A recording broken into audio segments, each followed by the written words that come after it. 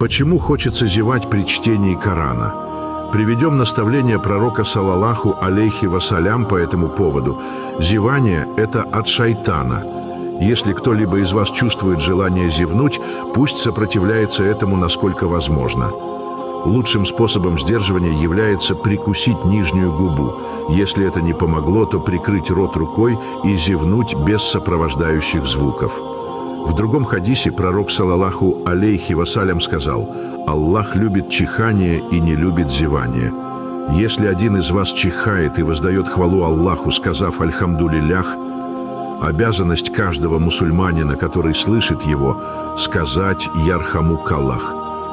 Причиной, по которой говорят, что зевание от шайтана, является то, что шайтану это нравится.